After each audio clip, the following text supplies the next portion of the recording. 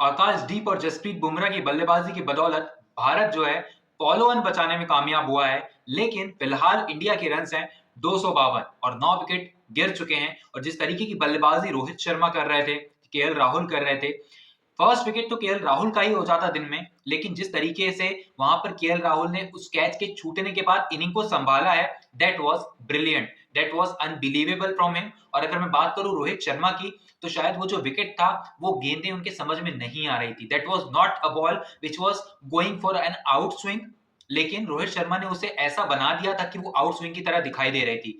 और अगर मैं बात करूं वहां पर पैट कमिंस की भी, तो उनकी ब्रिलियंस का जवाब नहीं है। जिस तरीके से गाबा में परफॉर्मेंस आई है, 4 विकेटें ली है और 4 इंपॉर्टेंट विकेटें ली है।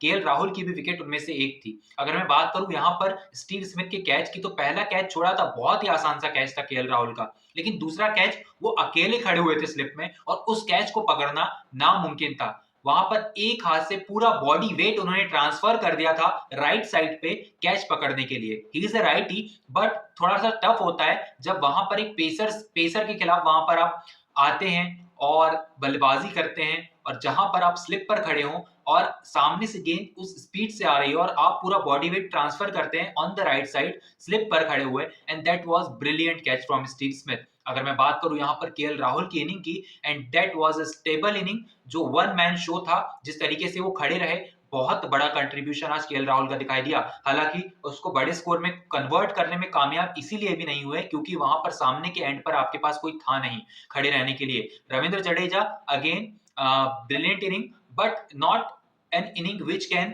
save India from follow on, which could have saved India from follow on. Follow on तक से बचाने के लिए वहां तक उनकी इनिंग पहुंची नहीं थी, लेकिन जिस तरीके की स्टेबिलिटी उन्होंने भी प्रदान करी थी, दैट वाज गुड। अगर मैं बात करूं यहाँ पर नीचे आ जाते हैं थोड़ा सा, तो नीचे ज्यादा बल्लेबाजों ने कमाल दिखाया नहीं। जसप्रीत बुमराह और आकाशदीप की अगर बात करूं, तो अगर उन दोनों में से कोई भी एक अपनी विकेट फेंक देता तो शायद फॉलो ऑन पे आ जाती टीम इंडिया। लेकिन अगर मैं बात करूं यहाँ पर जसप्रीत बुमराह ने जिस तरीके की अटैकिंग क्रिकेट खेली, आकाशदीप बिना डरे वहां पर सिक्सेस मार रहे थे। पैट कमिंस जो कि one of the best bowlers हैं यहाँ पर वर्ल्ड क्रिकेट में, और एक गेंदबाज जो कि डोमेस्टिक खेल के आया हुआ है, थोड़ा बहुत एक्सपीरियंस है, आईपीएल का एक्सपीरियंस है, उन्हें हिट करना, that is something else. If you are playing for your country, your spirit should be like this, or you should not play for your country. अगर मैं बात करूं आकाशदीप की, आकाशदीप ने जिस तरीके की वो जो आखिरी का सिक्स था ना, और जो फॉलो ऑन से बचाने के लिए वो जो बाउंड्री मारी थी, उसके पहले सब कंसर्न थे कि यार जिस तरीके की ये लोग क्रिकेट खेल रहे हैं, अटैकिंग क्रिकेट खेल रहे हैं और गेंदे पड़ रहे हैं या नहीं पड़ रहे हैं, तो ड्रेसिंग रूम में भी थोड़ा सा वहां पर हिचकिचाहट थी कि कब आउट हो जाए वो पता नहीं, क्योंकि नीतीश कुमार रेड्डी की जो विकेट गिरी थी पैट कमिंस ने ली थी, दैट वाज समथिंग एल्स। अगर मैं बात करूं वहां पर वो गेंद सीधी थी, थोड़ा सा ऊपर था कमर के, और उस गेंद को अगर वो अक्रॉस खेल जाते तो शायद वो चौका होता, पुल कर जाते उसे, हाफ पुल अब मैं कह सकता हूं। अगर मैं बात करूं वहां पर, तो वो चौके के लिए जा सकती थी गेंद, लेकिन उसे सीधा खेलने गए तो वो गेंद अंदर की तरफ आ गई क्योंकि उसका अंदरूनी किनारा लगा नीतीश कुमार रेड्डी के बैट का।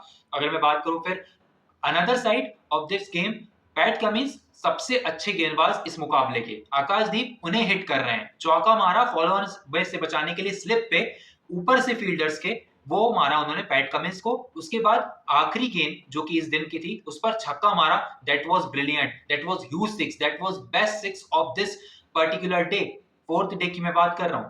अब यहां पर दिन बचा हुआ है और अब ऑस्ट्रेलिया को डिक्लेयर करना पड़ेगा जल्दी।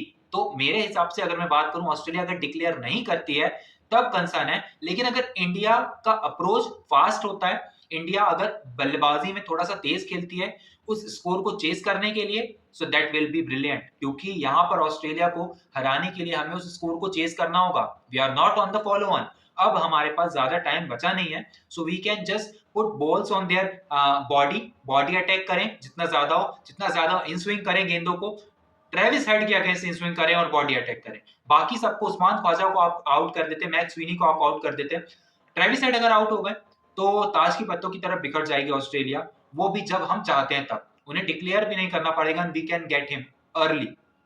उसके बाद हमारे बल्लेबाजों के ऊपर है, हम या तो ड्रॉ कर लेते हैं इस गेम को, और मोस्ट पॉसिबल थिंग इज कि ये गेम ड्रॉ होगा क्योंकि एक दिन बचा है, और एक दिन में इस मुकाबले को जीतने के लिए एडी चोटी का जोर लगाना होगा। India, if India will go for win, then only India can draw this match. तो ये मुकाबला एक तरीके से अब ड्रॉ के लिए हो रहा है, ये मुकाबला ड्रॉ हो जाएगा।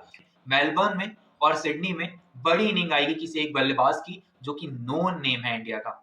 वहां पर हम देखेंगे क्या डिसीजन होता है।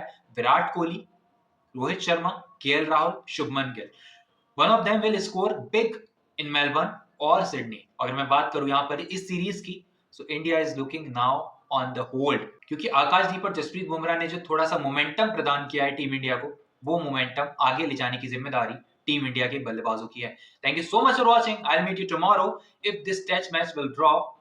Till then, stay tuned.